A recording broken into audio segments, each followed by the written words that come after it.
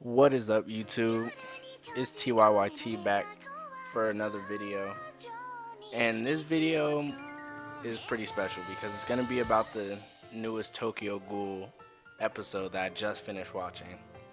And I just wanted to give my thoughts on it, you know. And I want to start with, God, that shit is pretty horrible, but it's the still frames.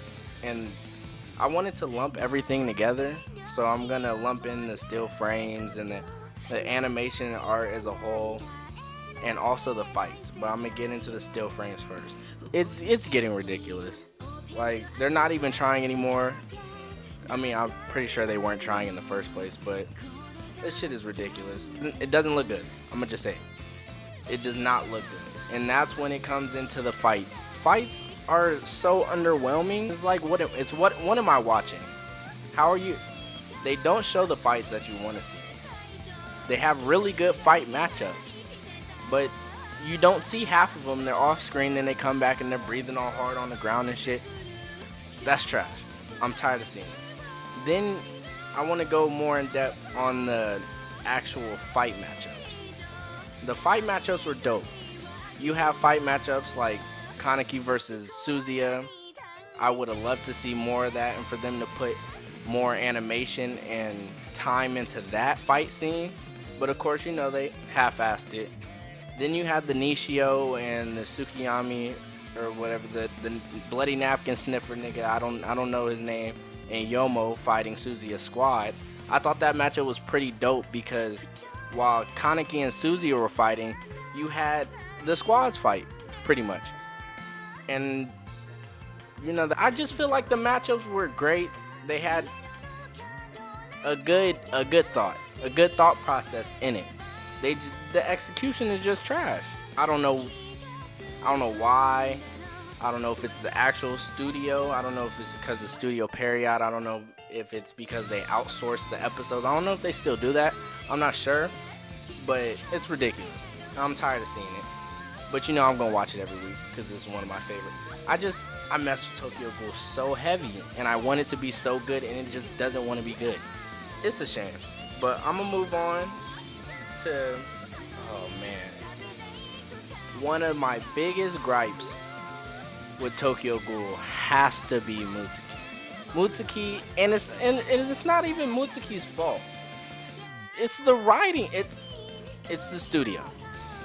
They wouldn't even let Mutsuki's character arc and development be great. Like, they cut it out, which I heard. You know, I'm an anime only, by the way. So, I don't know a lot about the manga, but I do know a little bit about the manga because I do watch chibi reviews sometimes. And, you know, he's a big manga person. So, you know, that's his thing. And so I get a little information from him here and there. But that's pretty much it. But I just know that Mutsuki was one of the better characters in the show, and they didn't show it at all.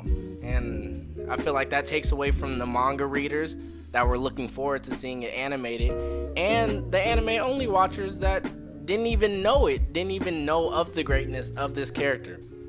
So now they've turned this character that's supposed to have dope character development and moments and all that good shit, and turn it into annoying yandere bitch. Like, I don't have a problem with yanderes, but I'm pretty sure Mutsuki isn't supposed to come off as annoying. I don't know. I haven't read the manga. I'll probably go and read the manga, even though I'm an avid anime only watcher. I'll probably go and read the manga Tokyo Ghoul just because I'm such a big fan of the world of Tokyo Ghoul. But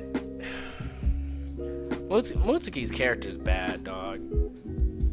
Every time she's on screen, she provides nothing to the show. I don't know. She's ass. She sucks. But I want to get on to.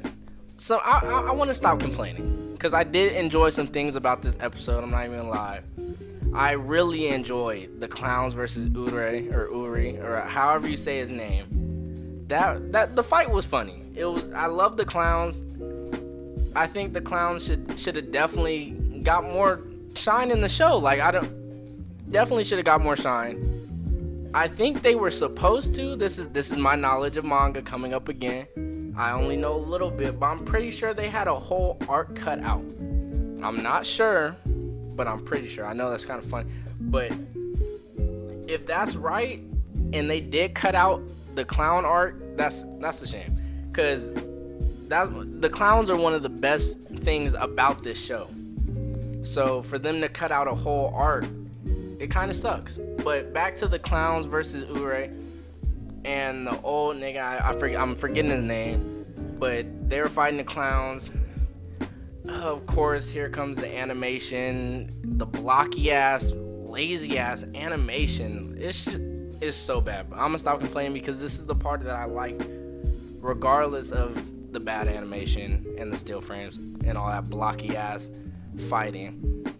I just love the clowns. Like, the clowns are just such dope characters, and I just feel like they should have got a lot more love than what they really got.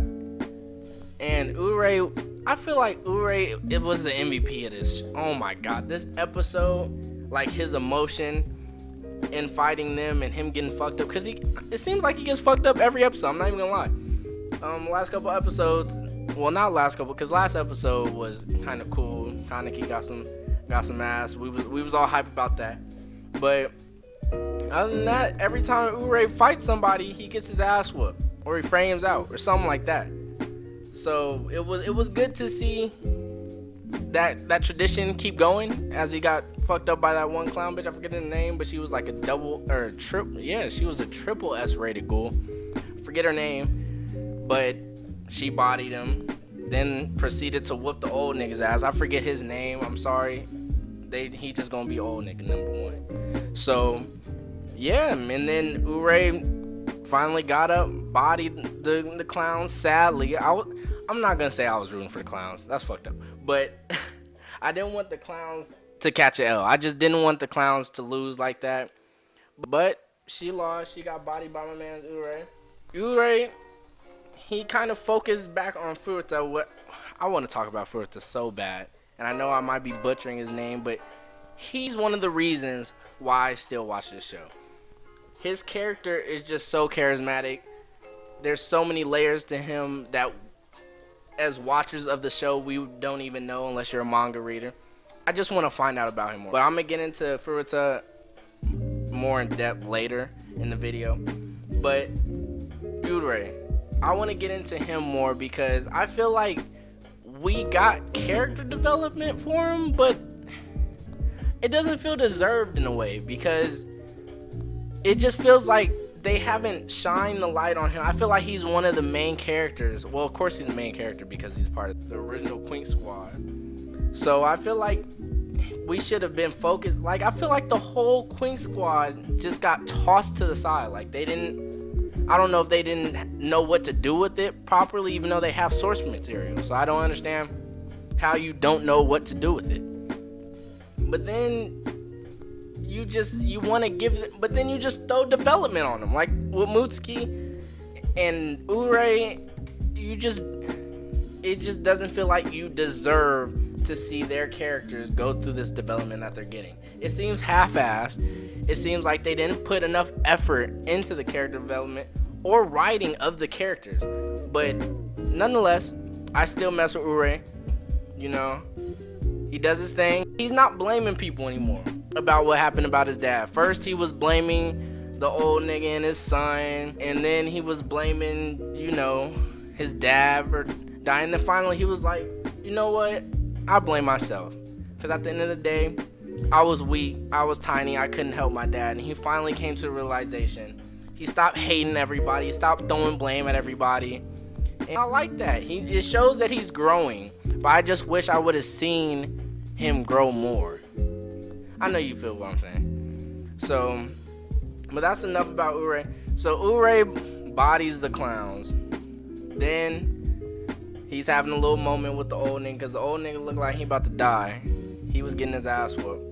And then Furuta pretty much stabs the nigga in the neck. It was cold. I didn't expect it, but that's why I like Furuta so much. He's such a wild card. You never know what he's gonna do.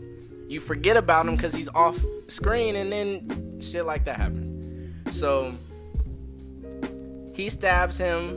Urei looks like he's about to go, he might frame out. I don't know. He keeps on clenching his jaw and shit. When he clenches his jaw, I think the nigga's finna frame out. I don't know. So I'm just waiting. And then Furuta catches a bullet to the head. And I'm like,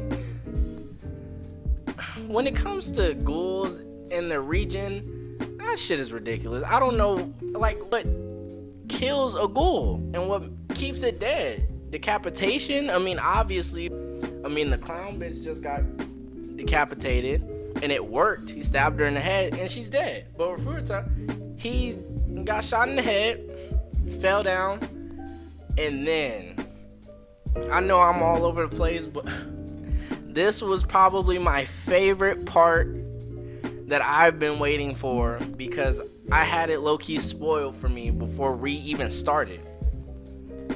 Hide shows up. Now, Hide is one of my favorite characters, and I was really sad after Rude, because essentially they killed him in Rude. I know Rude isn't supposed to be canon, but they keep on showing flashbacks of Rude, so I'm gonna go with Rude. They gotta do something about that. So, back to Hide. Hide shows up and asks Yuri, whatever his name is, he asks him for help. He makes these weird ass noises too, which I know why, but I'm not gonna say it in the video in case an anime watcher comes along and sees this.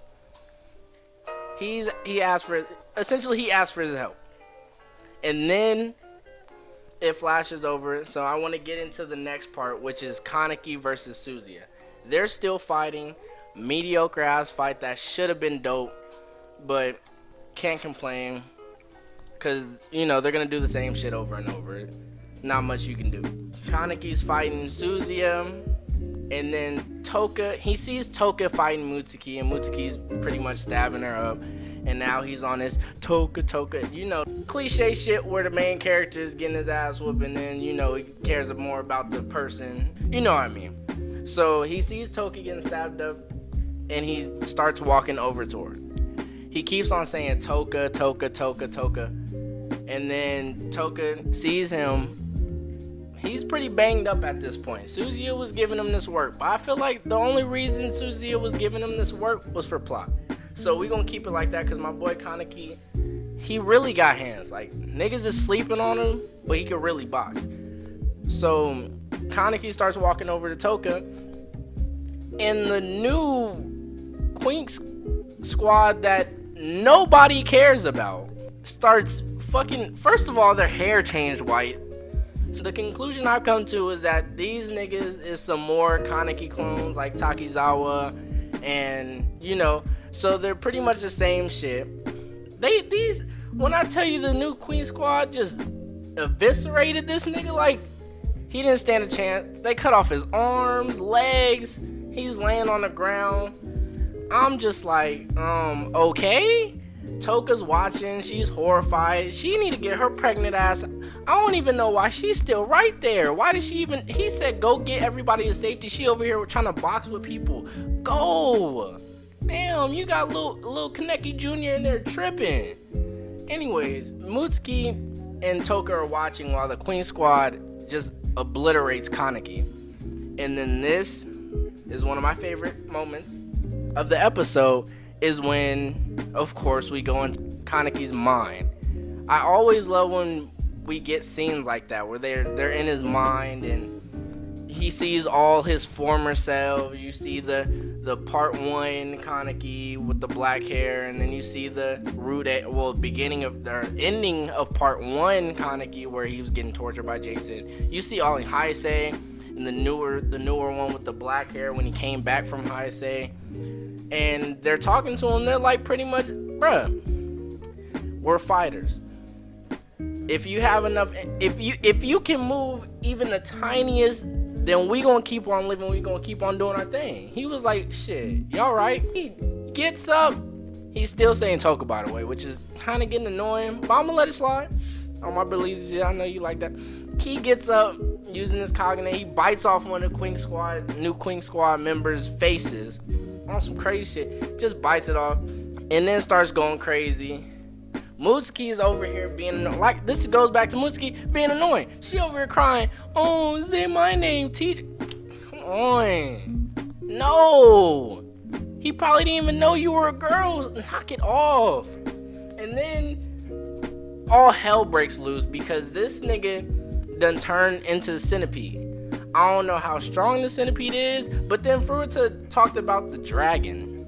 So I don't know if he's a dragon. I don't know if he's a centipede. All I know is he has big ass tentacles everywhere now. Shit's high-key disgusting, but it's going everywhere. Furuta just popped up from the headshot, just fine and dandy. I'm like, how do we kill this motherfucker? I don't understand how he's still alive, but he is. And then he says, you know, hope you clean your plate, Kaneki.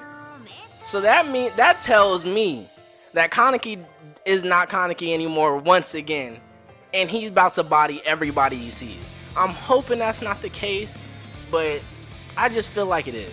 I feel like that's what's gonna happen next episode. Wait, I don't want to skip, but I really want to talk about that ending credit scene.